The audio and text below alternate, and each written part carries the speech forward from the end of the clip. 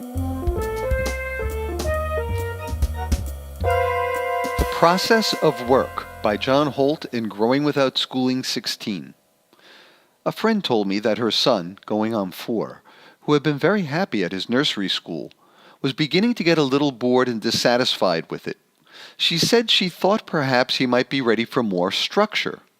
I wrote in reply, "My feeling is that E, like all bright and happy little children, is strongly pulled in the direction of adults and their understanding, competence, and skill, and may find it boring or frustrating to have to spend so much time with little folks who don't know any more and can't do any more than himself. I take it that this is close to what you have in mind when you say he needs more structure.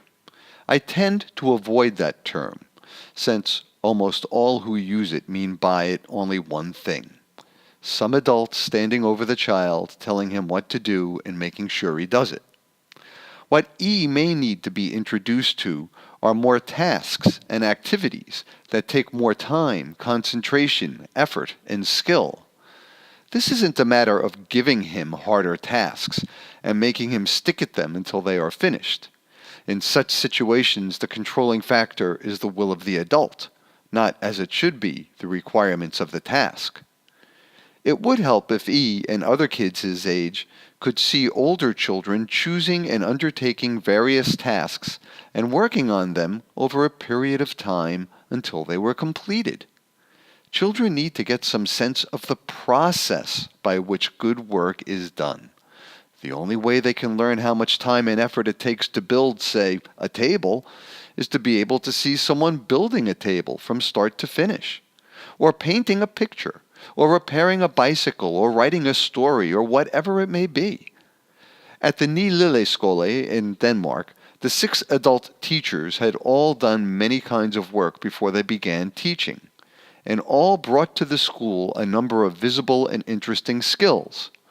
One woman was a good musician and dancer, another a skilled weaver. Several of the men were good at working with tools in both wood and metal. One teacher was actually making himself a bass viol at the school. It took a long time. It was a serious instrument. Some of the older kids worked with him on the project. Younger kids hung around, helped a little, asked questions. Still younger children watched less attentively for shorter stretches of time. But even the youngest children were aware of that project going on and kept track of its progress. Children need to see things done well.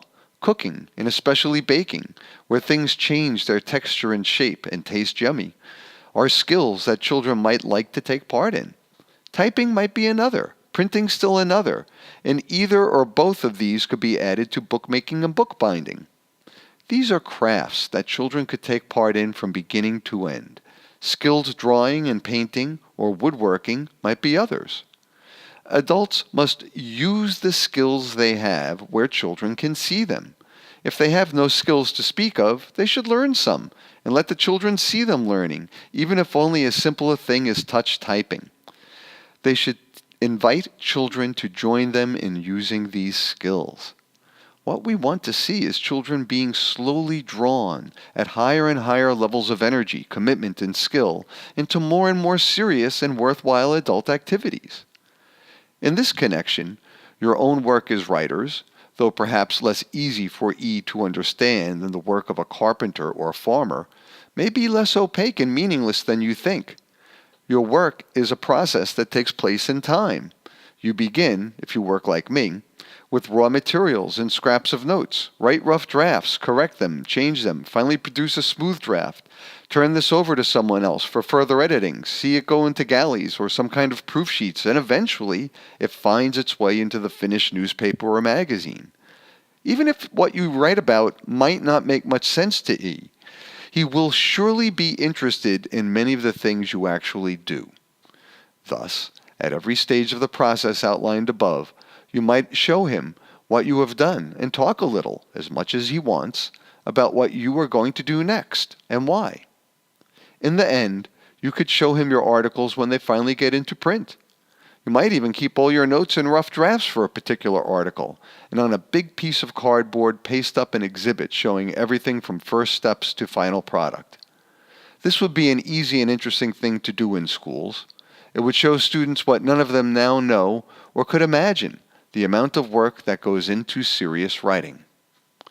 It is the sense of process over time that children want and need to learn about, and much of this is visible in your own work.